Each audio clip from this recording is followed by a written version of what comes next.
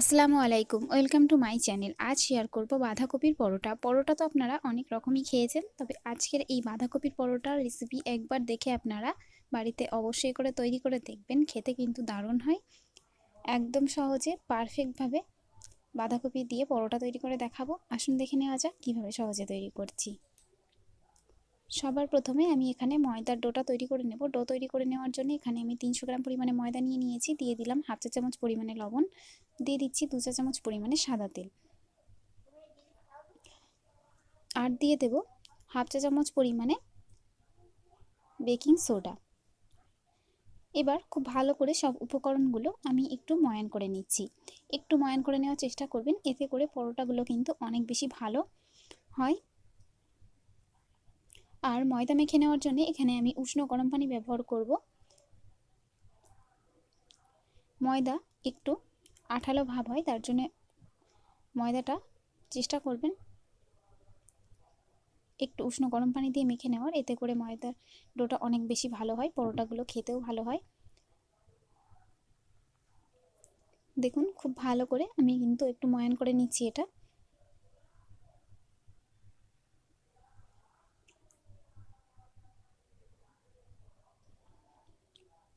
খুব ভালো করে এটা ময়ান করে নেওয়ার পরে উষ্ণ গরম পানি দিয়ে আমি অল্প অল্প পানি দিয়ে খুব ভালো করে একটা মসৃণ ডো তৈরি করে নেব। একদমই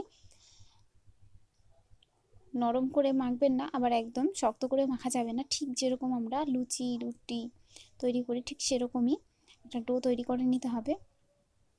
দেখুন আমি কিন্তু অল্প অল্প পানি দিয়ে খুব ভালো করে একটু সময় নিয়ে এটা মেখে নিচ্ছি। দেখতেই পাচ্ছেন ডোটা কিন্তু রেডি হয়ে গেছে। এবার আমি ডোটা একটুখানি সেট করে দেবো, দিয়ে এটা আমি ঢাকা দিয়ে দেবো। ঢাকা দিয়ে রেখে দিচ্ছি 15 মিনিটের জন্য। এদিকে আমি এবার বাঁধাকপির পুরটা তৈরি করে নেব। তার জন্য এখানে তেল দিয়ে দিয়েছি 3 চা চামচ পরিমাণে, দিয়ে দিচ্ছি হাফ চা চামচ পরিমাণে গোটা জিরে, আর দিয়ে দেব দুটো শুকনো ঝাল কুচি করে নিয়ে দিয়ে দিলাম। এর ফ্লেভারটা অনেক বেশি ভালো আসে, তাই চেষ্টা করবেন অবশ্যই করে এটা দেওয়ার। একদমই সামান্য 10 সেকেন্ড মতো একটু এটা আমি নাড়াচাড়া করে নিলাম তেলের মধ্যে। করে নিয়ে এর মধ্যে দিয়ে দিচ্ছি একটা টুকরো করে নেওয়া পেঁয়াজ। পেঁয়াজটাও আমি হালকা লাল করে ভেজে নেব।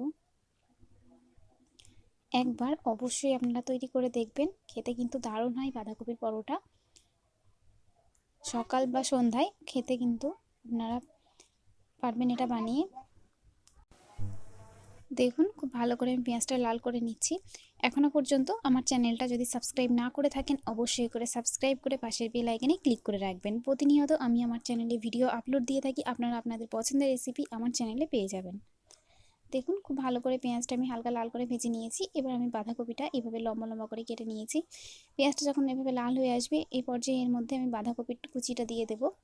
আমি এখানে একটার অর্ধেকটা পরিমাণে বাঁধাকপি কুচি করে নিয়েছি। বাঁধাকপিটা তেলের মধ্যে দেওয়ার পরপরই দেখবেন এটা কিছুটা পরিমাণে কমে আসবে। তাই জন্য প্রথমে এইভাবে তেলের মধ্যে দিয়ে বাঁধাকপিটা একটু সামান্য ভাজা ভাজা করে নেব। তারপর এর মধ্যে আমি সামান্য কিছু মশলা অ্যাড করব। খুব বেশি মশলা এখানে অ্যাড করব না, একদমই সামান্য নামমাত্র মশলা এখানে দিয়ে দেব। দেখুন খুব ভালো করে কিন্তু আমি এটা তেলের মধ্যে ভেজে নিয়েছি। দেখতেই পাচ্ছেন কতটা পরিমাণে এটা কম হয়ে গেছে। এটা 1 মিনিট মতো আমি তেলের মধ্যে একটু ভেজে নিচ্ছি। তেলের মধ্যে 1 মিনিট ভেজে নেওয়ার পরে এর মধ্যে গুঁড়ো মশলাগুলো আমি ব্যবহার করব। দেখুন সবার প্রথমে আমি এখানে দিয়ে দেব লবণ। আমি এখানে লবণ দিয়ে দিচ্ছি স্বাদ অনুযায়ী। অবশ্যই করে আপনারা লবণের পরিমাণটা বুঝে ব্যবহার করবেন। দিয়ে দিলাম হাফ চা চামচ পরিমাণে জিরের গুঁড়ো, দিয়ে দিচ্ছি 1 চা চামচ পরিমাণে ধনিয়ার গুঁড়ো, আর দিয়ে দেবো হাফ চা চামচ পরিমাণে লাল লঙ্কার গুঁড়ো, আর দিয়ে দিচ্ছি 2 চা চামচ পরিমাণে সয়া সস। ব্যাস এই মশলা দিয়েই খুব ভালো করে এবার আমি মশলাটা সঙ্গে বাঁধাকপিটা ভাজা ভাজা করে নিচ্ছি। এর থেকে বেশি মশলা দেওয়ার প্রয়োজন নেই, একদম কম মশলায় কিন্তু দারুণ লাগে এই পরোটাগুলো। দেখুন খুব ভালো করে কিন্তু এভাবে আমি একটু ভাজা ভাজা করে নিচ্ছি। তবে চেষ্টা করুন বাঁধাকপিতে যেন কোনো রকম পানি না থাকে, ঠিক এরকম করে ভাজা করে নিতে হবে। তবে খুব বেশিক্ষণ বাঁধাকপিটা কিন্তু ভাজা যাবে না, একটু কাঁচা থাকা অবস্থায় বাঁধাকপিটা আমি নামিয়ে নেব। যদি আপনাদের মনে হয় বাঁধাকপিতে সামান্য কিছু পানি আছে, তবে আপনারা এখানে কিছুটা পরিমাণে 1 থেকে 2 চামচ পরিমাণে কর্নফ্লাওয়ার অ্যাড করে দিতে পারেন, শুকনো কর্নফ্লাওয়ার। সরাসরি আপনারা এইভাবে বাঁধাকপির ওপর ছড়িয়ে দেবেন। দেখবেন বাঁধাকপিটার যে এক্সট্রা পানিটা থাকবে সেটা আর থাকবে না। দেখুন খুব ভালো মতো দেখতেই পাচ্ছেন কোনো রকম পানি ছাড়াই একদম শুকনো শুকনো করে আমি করে নিয়েছি। নিয়ে এটা নামিয়ে নেব। নামিয়ে নেওয়ার পরে এদিকে ময়দার ডোটাও আমাদের রেডি হয়ে গেছে। ডোটা কতটা নরম হয়েছে আপনারা দেখলেই বুঝতে পারবেন। এবার আমি এর থেকে লেচিগুলো কেটে নিচ্ছি। দেখুন দেখতেই পাচ্ছেন ময়দার ডোটা কতটা ভালো হয়েছে। এবার লেচিগুলো আমি কেটে নিয়েছি, ঠিক যেরকম পরোটা তৈরি করি ঠিক সেরকম একটু বড় করেই আমি লেচিটা কেটে নেব। দেখুন ঠিক এভাবে করেই আমি বাকি লেচিগুলো কেটে নিচ্ছি। এখানে আমি যে যে উপকরণগুলো ব্যবহার করেছি সবগুলোই আমি ডিসক্রিপশন বক্সে লিখে দিয়েছি, আপনারা চাইলে সেখান থেকে সহজেই দেখে নিতে পারবেন। এবার একটা লেচি নিয়ে খুব ভালো করে হাত দিয়ে আমি এভাবে খোল করে নিচ্ছি। এর মধ্যে আমি বাঁধাকপির পুরটা দেওয়ার জন্যে দেখুন এভাবে একটু হাতের মধ্যে নিয়ে খোল করে নেবেন। নিয়ে এবার আমি বাঁধাকপির যে পুরটা ছিল সেই পুরটা দিয়ে দেব। পুরটা দিয়ে খুব ভালো করে মুখটা আমি সিল করে দিচ্ছি। দেখুন খুব ভালো করে আমি সিল করে দিলাম। তবে আবারও বলছি খুব ভালো করে চেষ্টা করবেন যাতে করে এতে কোনো রকম পানি না থাকে।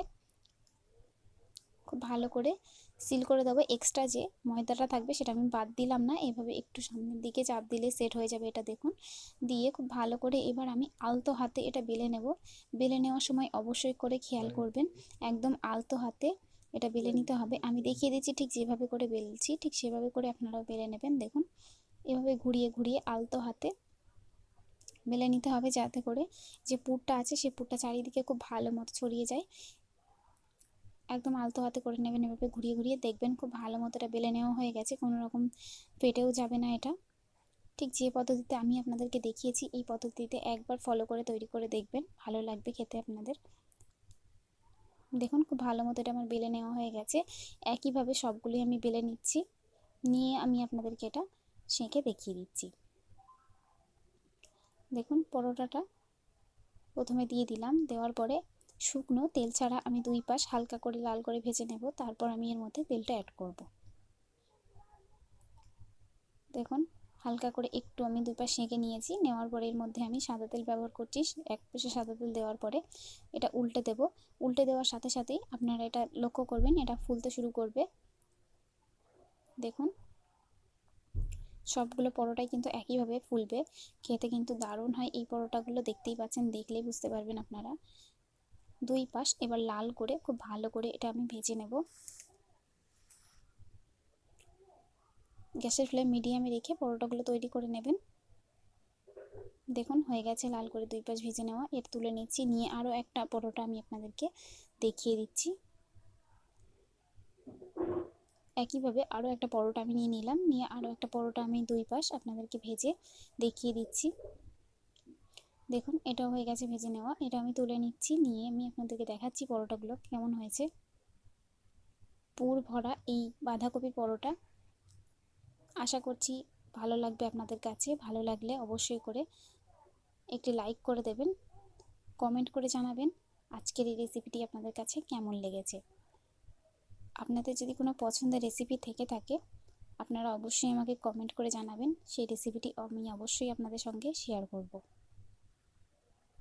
একটা পরোটা আমি আপনাদেরকে হাতে তুলে দেখাচ্ছি, দেখতেই পাচ্ছেন কোনো রকম ফেটে যাওয়া ছাড়াই পারফেক্টভাবে তৈরি হয়েছে। আজকের মতো এই পর্যন্তই, আবারও চলে আসবো নিত্য নতুন রেসিপি নিয়ে।